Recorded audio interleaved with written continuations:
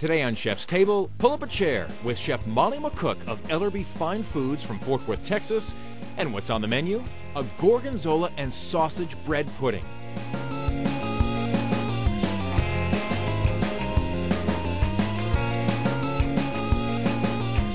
Hi, thank you for joining me today. I will be making a savory bread pudding with Gorgonzola, Italian sausage, and Gala apples. I like using Gala apples because they are great for the fall. You'll just need to cut these into large dices.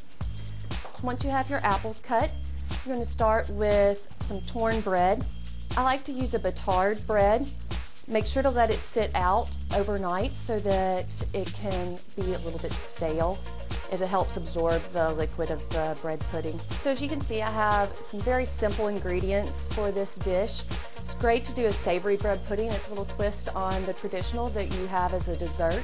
So you have your fresh herbs, Gorgonzola cheese, some apples. Also pears are great during the fall if you can't find some farmer's market apples. So our first step will be to saute our Italian sausage. Heat your pan over high, and then you'll add your Italian sausage. So once you have it nice and browned, you're going to add your Italian sausage to your torn bread. And just go ahead and fold that in. So the next step will be to saute our onions and apples. Add a little bit of butter and let that melt. Then add your onions and your apples.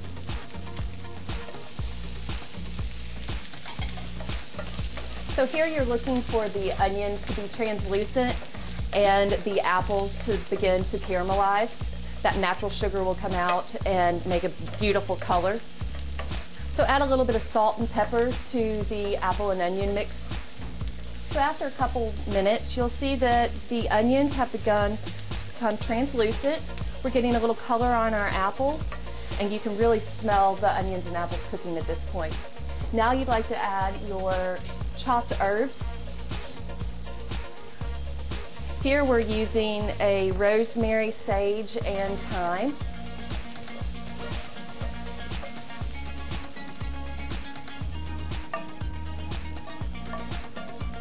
So now you'll just need to toss this in again. And the bread is just soaking up all the juices and flavors of the apples, onions, and sausage. Next, we'll be heating our cream and dried bay leaves to make the custard to hold the bread pudding all together. So we add our cream to a small sauce pot. And your dried bay leaves. As you can see, we're about to come to a boil. And as soon as that happens, you need to remove it from the heat. So remove your bay leaves. And it's amazing that just a little bit of time really helps to flavor that cream. So you'll take your eggs and slightly whisk them. All right, so slowly add the cream in while continually whisking. And once the eggs are hot, you can go ahead and add it all. To this hot mixture, you're now going to add your Gorgonzola cheese. I like to crumble it. So once you have all of your cheese added, go ahead and give it a slight whisk. Your next step will be to add this to your bread.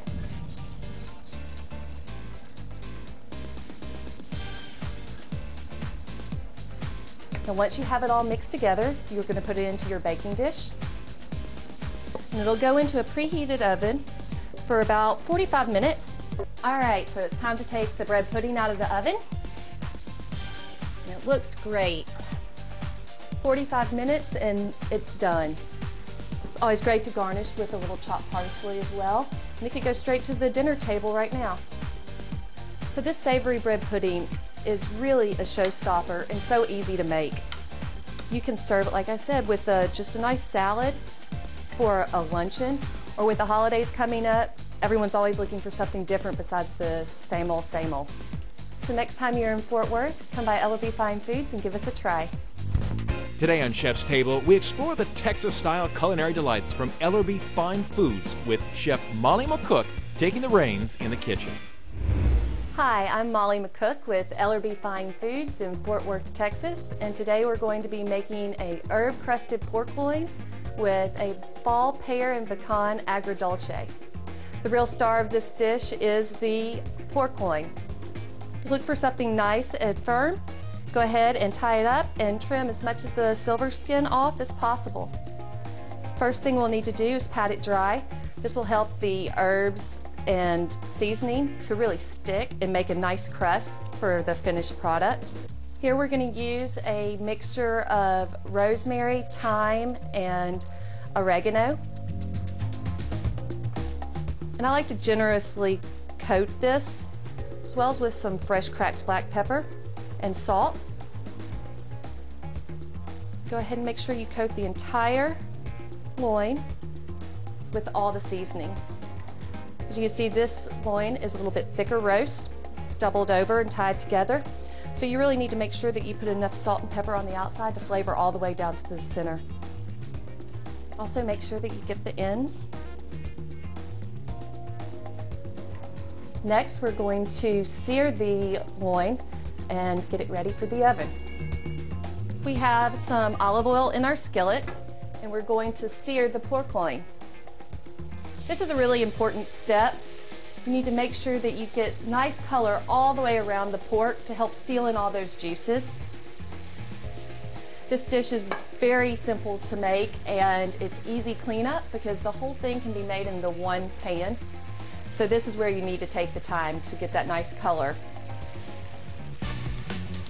After we get done searing it, we will then add all of our aromatic vegetables and herbs and into the oven. So now that we have the pork loin all brown, you're going to remove it, sit it to the side, and add all the aromatics. Then this is what makes this such a nice dish because you get to do it all in one pan. So add your carrots, chopped celery, and onion. This is going to help add extra flavor to the pork while it roasts in the oven. And I like to leave it piled in the middle so you have something to rest the pork loin on. Also, we use lots of fresh herbs at Ellerbe, and this will help that flavor just infuse through the pork. Make a nice bed for the loin, and then transfer it back onto the skillet and into the oven until a meat thermometer reads 145. If you don't have the meat thermometer, you're going to look for the meat to be nice and firm and the juices to run clear. So now we're going to move on to the fall pear and pecan agrodolce.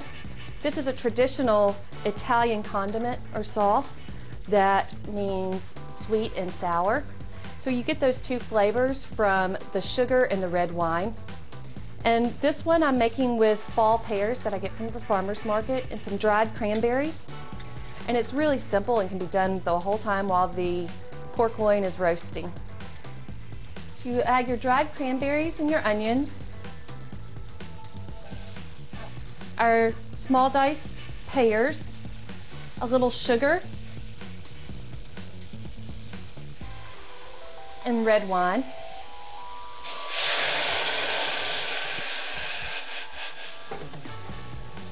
So here I like to add aromatics as well.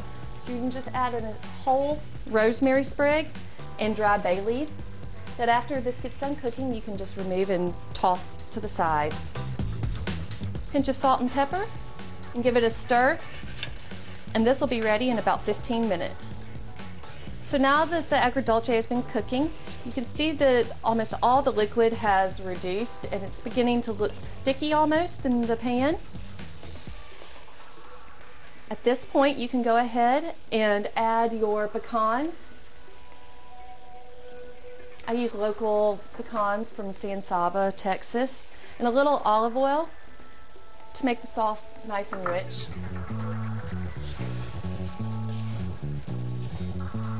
The great thing about the agrodolce too is that it doesn't take long at all to make, and it holds great in the refrigerator. So you can make this a day or so before and serve it with cheese or with pork as we're doing here. So now that our agrodolce is done, I think it's time to check the pork.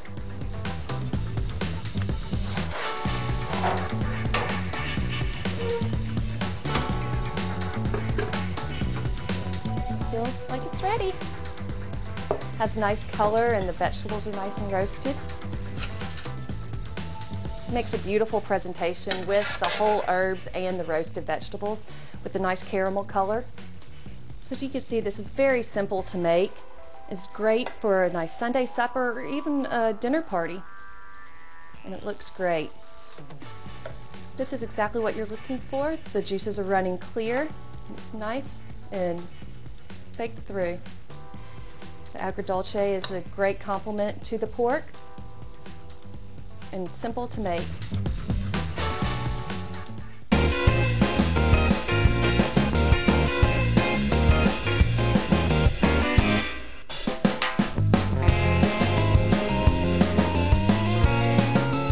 Really easy, one pan dish. Your cherry tomatoes, some sliced shallots, and let that saute just a little bit.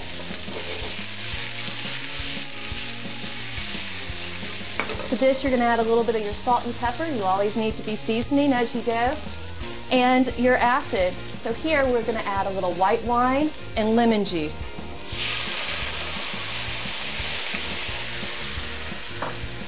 This is an easy sauce that we use all the time at Ellerbe Fine Foods with chicken, pork, and seafood. Once your white wine has reduced a bit, then you start adding your butter. And just swirl, swirl, swirl. It only takes about 2 minutes to get this sauce made, and it's everyone's favorite. The only way that you can mess this one up is by having it too hot, and your butter will break. Once you have your sauce come together, we always like to add a little chopped parsley as a finishing touch. It helps thicken that, and it goes great with the pork. So next time you're in Fort Worth, come by Ellerbe Fine Foods and give our tomato beurre blanc a try.